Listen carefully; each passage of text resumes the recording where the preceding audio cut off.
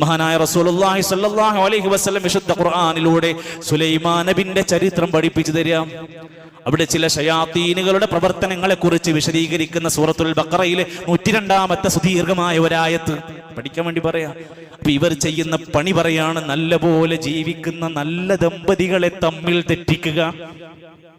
നമ്മളൊക്കെ പറയില്ലേ, അവർ തമ്മിൽ ഡിവോഴ്സായി എന്ന് പറയുമ്പോൾ നമ്മൾ പറയും, എന്ത് നല്ല ജീവിതമായിരുന്നു, ഒരു പ്രശ്നവും പറയാനില്ലാത്ത 2, 3, 4 മക്കളുള്ള കൊല്ലങ്ങൾ ഒരുമിച്ച് ജീവിച്ചവർ ഒരു സുപ്രഭാതത്തിൽ കോടതിയിൽ കയറി വന്ന് ഞങ്ങൾ പിരിയാണ്.